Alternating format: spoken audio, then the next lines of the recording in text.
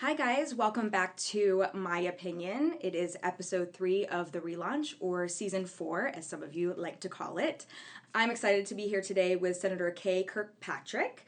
I actually know her through my husband, who goes to Atlanta Young Republicans. I used to go years ago when I ran a men's clothing store many, many moons ago.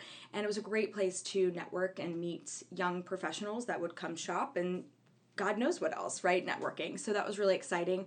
Kay, thank you so much for being here with me today. Happy to be with you. Yeah. So you've accomplished so much in your life, and I'm really excited to talk about it and share with our listeners.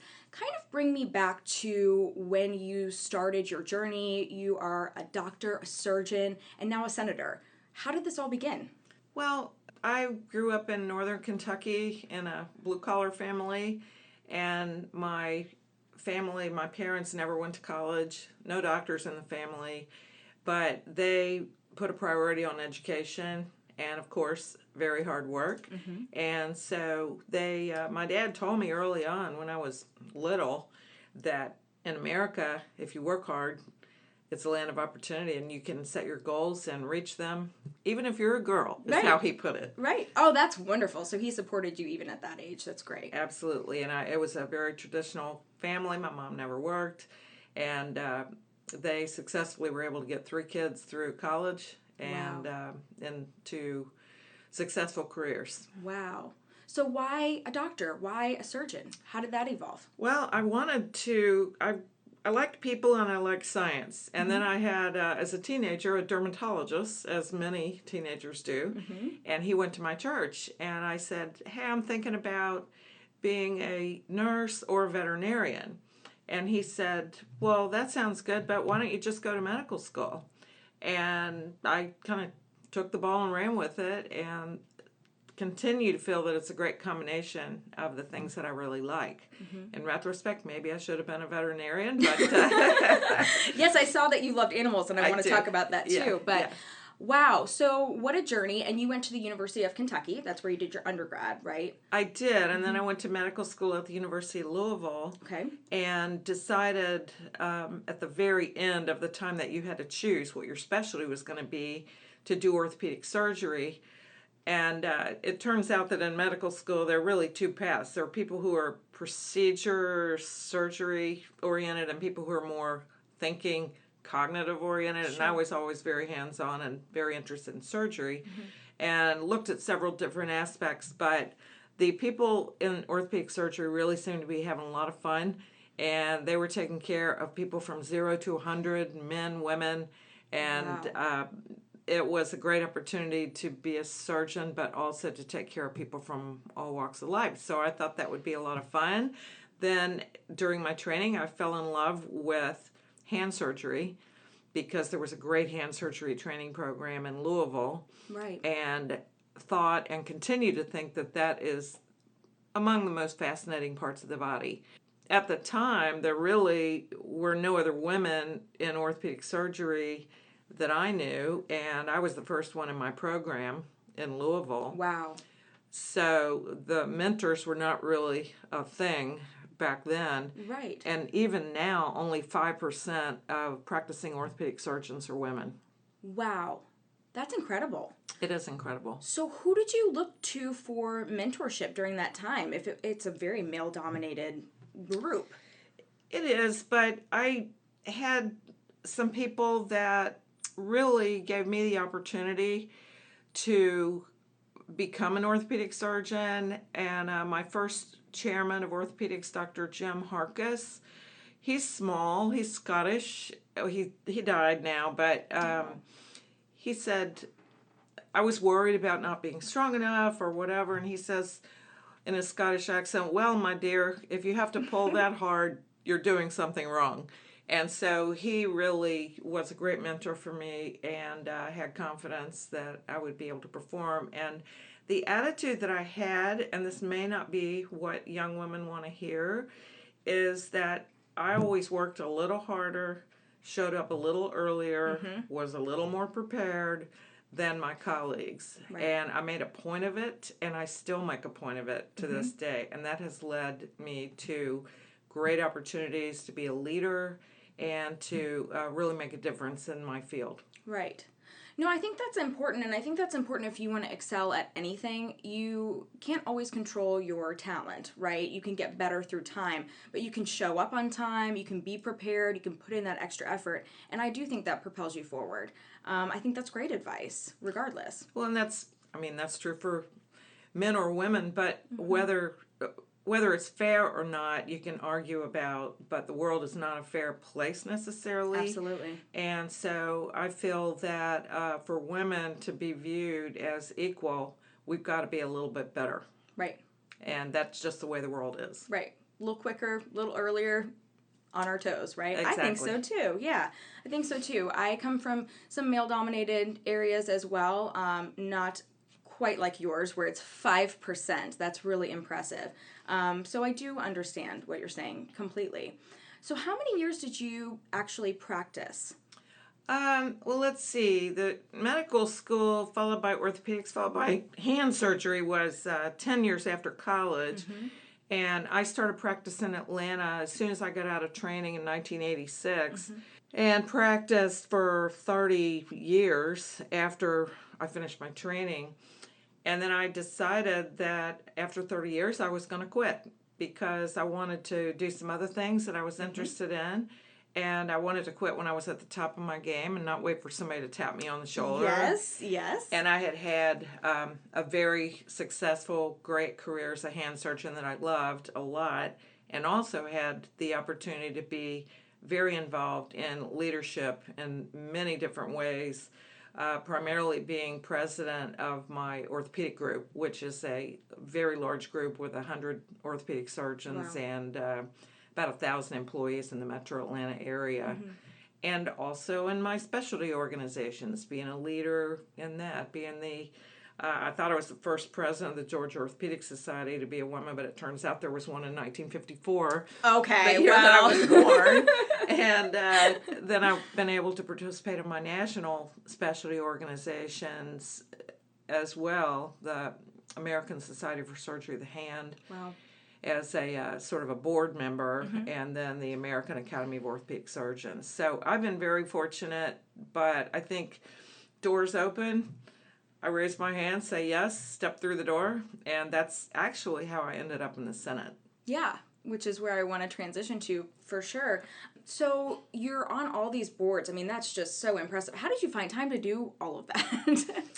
I really didn't have time to do all that, and I typically do not take on leadership roles where I can't fully participate. In other words, I've learned to say yes to the things I really care about and say no to the things that I'm sort of interested in but not all in. Yeah, you were saying I said yes and the door opened, but I think sometimes people don't have that balance, especially women. We don't know how to say no and really preserve our time for the things that matter to us so that when we are involved in something, we give it our 150%. I think that's correct. And it's a matter of filtering all the many opportunities that come your way.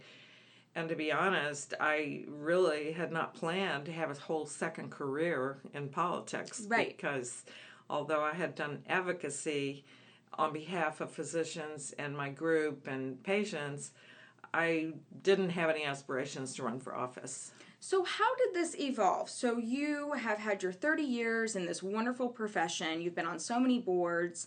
I mean, sky's the limit for you. And you say, okay, on to my next chapter. How did you become senator? This is so awesome. Well, I wanted to spend more time doing things that I was interested in, hobbies and things that I put off, working on my golf game, going to my second home in Alabama more. Yeah.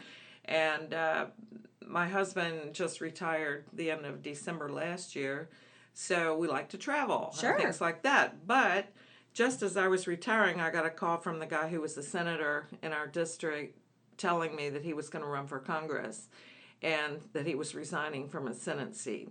And he wasn't suggesting that I run. He wanted me to write him a check. But of course, a donation. Yeah. However, I started getting phone calls, and people knew that I was retiring in a couple of months. And so the timing was such that I was going to have time that I hadn't had previously. And there's a shortage of people that know a lot about healthcare in the Capitol and in Washington. And I sort of thought that I should try to participate in a different way Right. by taking on that challenge. Unfortunately, I didn't really know what I was getting into or what I was doing, but again, I raised my hand, and it turned into a very large bite to swallow. Wow. But I did not know how to be a candidate. I didn't really know what the job involved. I did talk to a few people and was smart enough, based on advice from some people, to get a good consultant who kind of walked me through the whole process of what Right. I needed to do to get elected. I ran against 7 other people, and in fact, 3 of us were doctors. Wow. And 5 Republicans, 3 Democrats. Okay. Ended up getting into a runoff against a female lawyer and winning the seat. And then I ran again last year, won the seat against the same person that I beat the year Wow. before. Congratulations. And I understand she's running again next year, Yeah. so we'll see. Yeah. But definitely women have a little bit of a different skill set to bring, and people are interested in having more women representing them because we're half the population, and down here we're 25% of the seats. Right. So what was, just to go back a little bit, what was surprising about, what did you think when you were going in to be a candidate and potentially a senator? What were you thinking the job entailed, and what were your surprises? Well, being a candidate is kind of an all-consuming thing, and I was still working when I was starting to run and trying to wrap my practice up after 30 years. Wow. And it's a lot of putting yourself out there, and if you're in a field like mine, if you're in a service profession, you're not really used to self-promotion. And in fact, I've always thought that humility was a huge part of being a leader, along with integrity and hard work and all the other things. I agree. But you can't really, you have to self-promote in order to get elected. And so that was a big hurdle to get over, because I never cared who got the credit for things. Right. In my career. Interesting. So how did you get over that hurdle? It's practice. Yeah. It's just like asking people for money. Sure. It takes practice. The more you do it, the more you get used to it.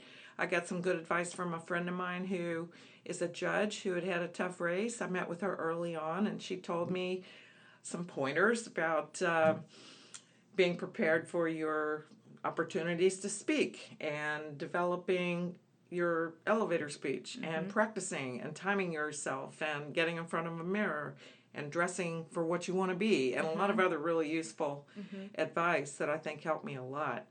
One thing you may be interested in is that I did change my name on my voter registration, because when my husband and I married in 1986 Right. and moved here, he said, "Are you going to change your name?" And I said, "Well, I really don't want to change it because people aren't going to be able to find me, and I've practiced under this. I mean, I've had this name as a doctor for all this time." He says, "Well, if you don't change your name, I'm going to change mine."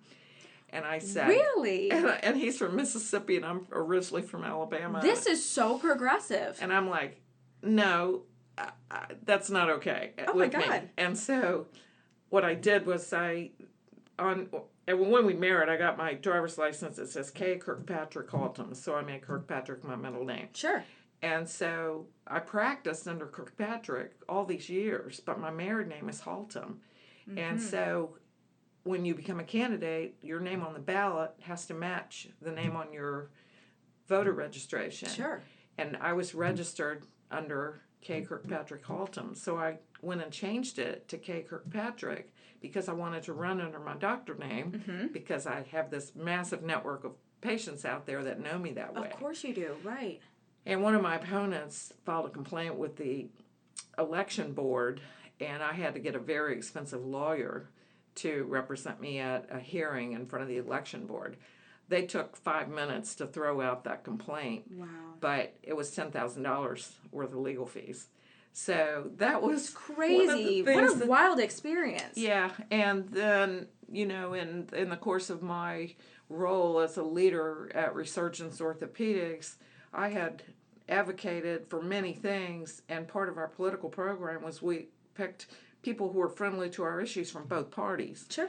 And made donations. Some of those donations you have to write personal checks for. So one of my opponents, the same one actually, grabbed onto that and said that I had given all this money to the other party and therefore it really wasn't a Republican, and so on and so on. And he did mailers about it and all that stuff. Oh my gosh. Yeah. So those were things that were eye-opening to me about campaigning. Right. I must say I really enjoyed meeting all the new groups of people that I never would have run into just in healthcare. Yeah. People in business, people in law enforcement, people in other professions. And I knew a lot of people in healthcare, but they were all focused on healthcare. Right. So I really liked getting out more in my community, doing different things with different groups of people. And I actually enjoyed knocking on doors. I did not like being on the phone, but yeah, people still walk up to me regularly and say, "Hey, you knocked on my door," and how cool! It blows my mind. Yeah. Yeah. So that was really the fun part. The hard part is having to always be on, always be assume that someone is looking for you to mess up, and maybe even recording you, and always asking people for money, which is part of the process that we have. Right. So that was a little alarming, but you kind of get used to it. Right. And then when I got down here, the thing that was surprising and disappointing to me was I was bringing a problem-solving approach down here that I had always had in my practice and in business. And I told Governor Deal, I like to identify the problem, get the right people in the room, lay out the options, pick an option and go. That's the surgeon in you, right? Like identify it, fix it, correct it, move forward. Yeah. Right. And he started laughing. And he said, "I'm afraid it doesn't work like that down here." Oh, wow. And he was absolutely right. So it's hard to think big down here. People take little bites of the apple. It's not always about policy. Many times it's about relationships. Right. So I spend a lot of time reading bills because I care about what the words say, the detail surgeon mentality again. That's the detailed side from your past. When maybe I shouldn't have been in my office. I should have been out, building a relationship with someone who could help me get my bill passed or whatever. So that was one thing that was somewhat disappointing, is that it doesn't always operate logically down here. And then the other thing is, I was not ever used to being yelled at. My patients, they like their surgeon or else they're going to go somewhere else, right? They have to trust you. Yeah, I feel like that's a very deep bond. The surgeries that I've had, I really had to trust that person because your life can be in their hands, right? That's right. So that's very true. Yeah, and this is different here. Yeah, you come down here and people who don't know you are basically being very disrespectful. Wow. Maybe even yelling at you. Wow. Maybe texting you from the gallery saying really awful things. Really? Yeah. Or posting something on Facebook. I had to deactivate my Twitter account because one of the bills that was in my committee was very contentious about the voting machines, and I had people from really the far right and the far left who were very unhappy about the way that all went. And I had my aide who used to play football at the University of Kentucky walking me every place I went because I was worried about people getting right in my face. And my district is really split, so I'm going to get yelled at. If I vote green, the red people yell at me. If I vote red, the green people yell at me. So I'm still getting used to that. Sure. But, I just turned 65, and I figure at this point, if I can't be myself, then when am I ever going to be able to? So I'm just trying to I thought I had a really thick skin. Turns out you need a really armor down here. But I'm trying to get to a point where I'm comfortable just being authentic and doing what I think is right and just taking the flack and just letting it roll off of my back. And I've been pretty good at being authentic down here, but not worrying about it, that's the challenge. Sure, because you can be yourself, but then I think sometimes you can take that home with you a little bit and overthink it or worry. That's something I'm definitely trying to transition in my life, is just be really comfortable with my beliefs and what I believe is right and what is wrong. And I think a huge lesson for all women out there is, and just people in general, not everybody's going to like you. Not everybody's going to agree with you. It doesn't mean that they should be disrespectful towards you, But it happens. It happens in life. So it sounds like this was such a big switch for you, like from what you're sharing and your experiences. I like to talk about people that have kind of stood in your way or caused some hesitations in moving forward with either your career in being a surgeon or your career as a senator. You've shared some with us already, but were there some moments where you were like, gosh, I don't know if I can do this, or people were doubting you that were important to you? It doesn't sound like it was ever Dad. Dad was very supportive. But do you remember those moments or significant moments, and then when you actually accomplished it, you felt really good? Well, I probably have deliberately put some of that out of my mind. Sure. But to be honest, in my orthopedic surgery part of my career, I think my attitude of working harder, being more prepared, et cetera, worked really well. And I think I was able to get respect from my peers and my supervisors and really didn't have a whole lot of problems. I never asked for anything special. Certainly in the operating room in particular, sometimes there's some off-color jokes, or Sure. there may be an individual who thinks that I should be doing something different. But I was not hypersensitive about any of that. I just let it roll off and figured that they're coming from whatever place they're coming from, but it didn't need to affect me. And I just kept on charging forward and doing what I do. So orthopedic surgery, really, I think it's a great field for women. And I think that Needs more women. Only 5%. More women. Yeah. And the women now, they have their own mentorship program, and they have a society of female orthopedic surgeons. Where was that back when you started, right? Well, there wasn't anything like that. That's but when I great. first moved to Atlanta, there was one other female orthopedic surgeon in Atlanta. Her name is Edie Hunter Griffin, and she's still working at Peachtree Orthopedic Clinic. Oh, wow. And she would meet me for breakfast about every 3 months. And we would talk about this and that, and that was very helpful to me. And I've always been very grateful to her for making me feel part of the community of orthopedics here in Atlanta. But she would work her day, go home, deal with her kids, and then come back to the office and finish her paperwork at night. Oh my gosh. And I think Superwoman here. Well, I think that's what happens a lot of times. And if you want to have a family and you want to participate in your family, then there's some things you have to give up or some compromises that you have to make. And asking for special dispensation or privileges doesn't work that well, I don't think, in the real world out there. Yeah. And particularly in medicine. And I did have one guy in my practice who was very unhappy that I had 2 maternity leaves 2 years in a row. Right, because you have two children, yes. Yeah, because they had to cover for me. But, I took exactly 6 weeks off both times and was right back to full-time, and had to have live-in help initially because my husband and I are both physicians. Right. And so there are some things that you miss. By and large, I think I spent a lot of time with my kids. They've turned out pretty darn well. And I think some of my neighbors, I love my neighborhood. We've lived in the same house for 33 years, but some of them don't work. But I think I ended up spending as much time with my kids as they sometimes would spend with theirs, because they'd be off. Not that there's anything wrong with playing tennis. I used to play a lot of tennis myself, but now it sounds like golf. But well, now it's golf. But my point is, I made sure I got enough quality time with my kids. Right. And I think that means some pretty long days. Right. Sometimes. Right. Well, you bring up a topic that I ask every woman that I have on the show. Some women say, you can't have it all, or you can have it all, and they'll argue either side. It sounds like you are saying that you can, but it does take some sacrifices because you have a family. You have a wonderful husband, 2 children. You've had a 30-year career as a surgeon, and now you're a senator.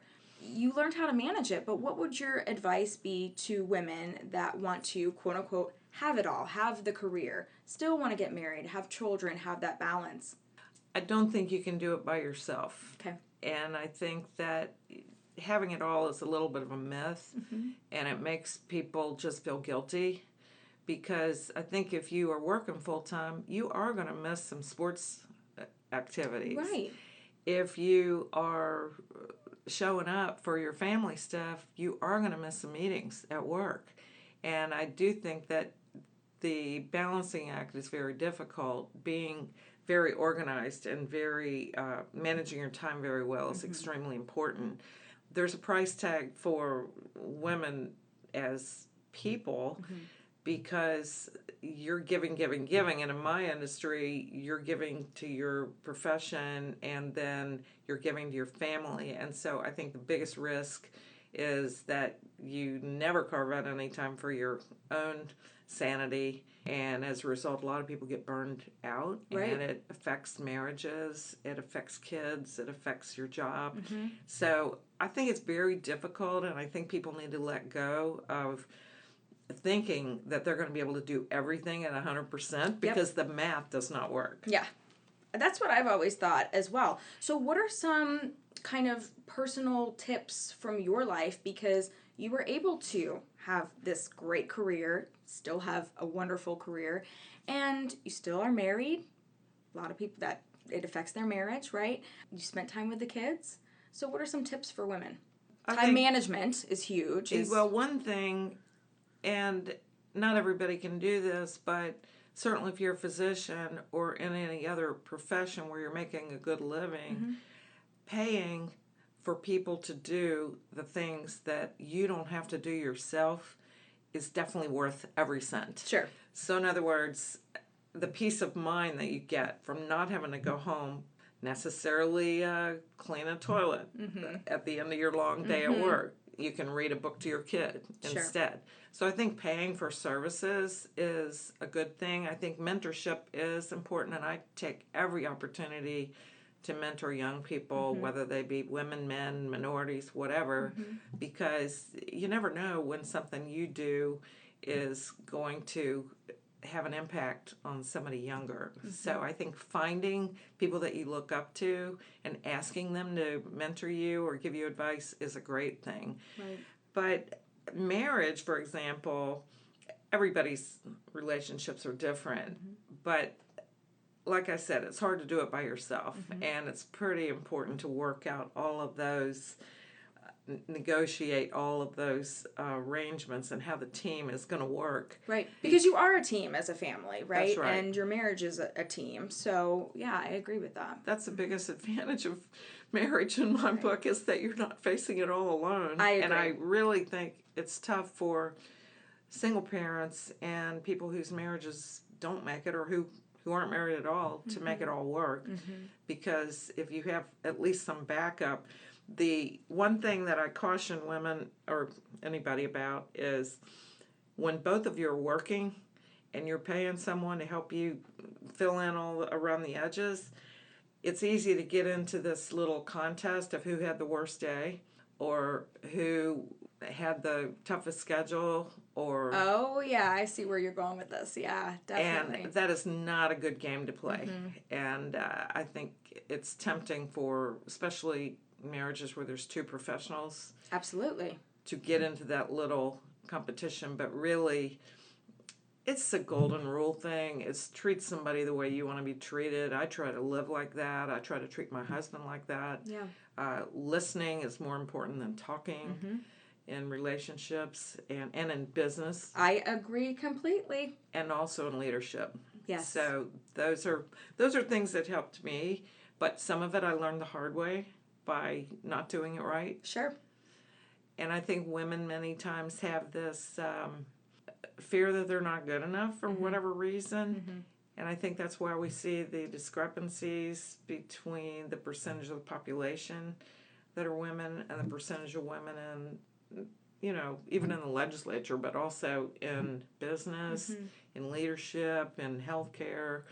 I think they're calling it the imposter syndrome, but not being really convinced that you're the right person to step forward and raise your hand and take on a leadership role. Right. And I think we got to get over that. Right. And you got to say yes if it's something you're passionate about and you want to carve that time out for that. Right? Exactly. Yeah. So I want to talk about something fun. You are involved with animals, it sounds like, and a pet therapy program. That's what I was reading. Are you still involved with that? Is that a passion project for you? Tell me a little bit about that. Well, it's funny because my role about that has changed. I have a wonderful golden doodle, and he and I went as a team to the Ronald McDonald House, and I was the team leader of that team, which was 5 dogs, a cat, and a rabbit. Oh, how fun. At the time. Yeah. And we would visit with the families who are there with their kids that are in the hospital or in rehab or whatever.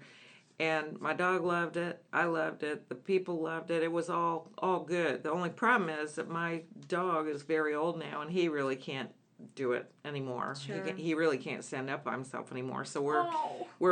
we have an elderly pet now that we're dealing with, and it's very, very limiting. But now, and I will have another therapy animal at some point. Yeah. But my other dog is not really therapy material. She's sort of an anti-therapy dog for anybody except me and my husband. And what kind of dog is this?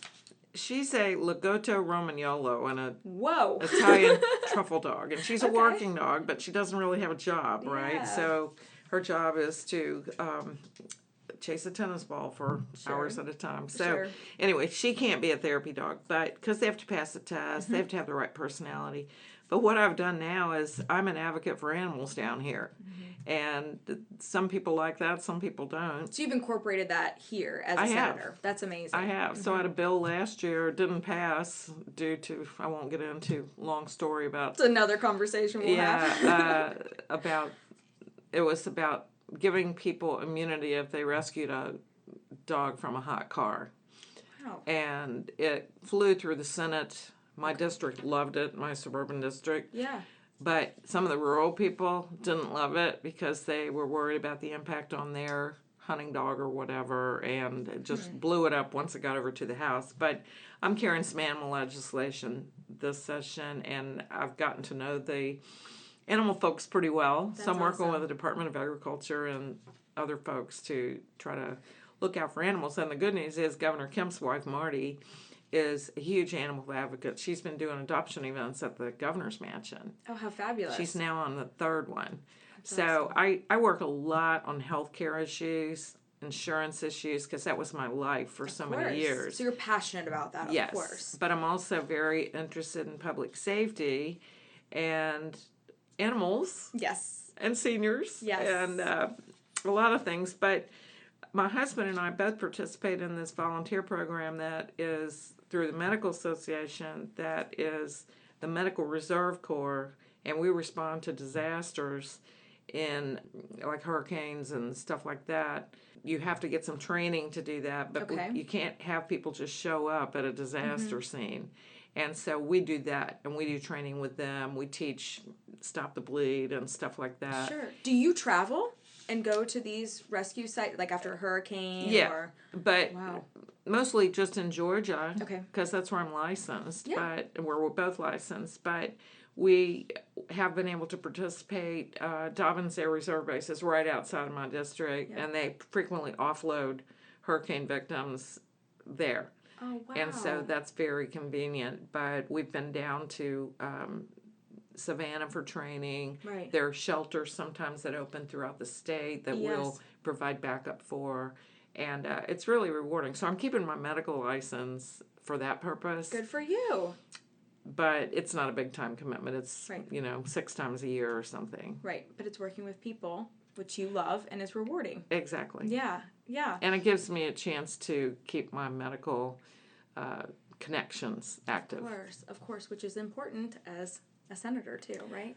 Well, yeah, but that's really part of my identity. And people are like, do we call you senator? We call you doctor? And I say, well, I'm a senator right now, but I'm a doctor for life. I love that. Yeah. It's just who you are. Yeah. It's a big part of who you are. So I kind of look at everything through the lens of science and my background, which is a little frustrating down here because it doesn't have much to do with whether your bill passes or not. Sure. Because the science is not paramount in people's minds down here most of the time. Right. But I'm trying to add to that perspective down here. I love that. That's great. Now, you mentioned that you have a YouTube channel, or you record some YouTube. So where can people go to watch more information about Senator K? Well, if I only do that during the legislative session, I do a weekly YouTube video called Senate Minute. And they can find that, actually, if you go to my Senate email, there's a sign up for my newsletter on there. And I send a blast email out every week with a link to the video. Okay. I'm sure you can find it through the Senate press office also. Yeah. Whether I have my own channel or not, I really don't know. But they can definitely find you on YouTube then. So Yeah. I'll make sure to include that link because I think that'll be really fascinating for people. Is there any last minute advice that you want to give to women out there that want to be like you or aspire to be in the Senate or the medical field? Any last minute tips? I think the main thing is just to not be afraid and to go after your goals and assume that you're going to be able to get there. It doesn't always work out that way, but you got to start with that as your default position. Yeah. Because if you set the bar high, you've got a better chance of reaching the goals that you want to reach. Sure. Yeah. And don't be afraid to fail. That's one thing that I always think, right? Absolutely. Because you're always going to fail, and then you just get back up and keep going towards your goals. That's correct. So I loved hearing about your story. Thank you so much for being on the show. This is awesome. I'll make sure that we go ahead and put your YouTube on here as well when I send out the podcast. And thank you so much again. I appreciate it. Thank you. Thank you guys so much for listening to My Opinion. Of course, you can find me on Instagram at Maya Roffler and, of course, on Facebook at My Opinion Podcast.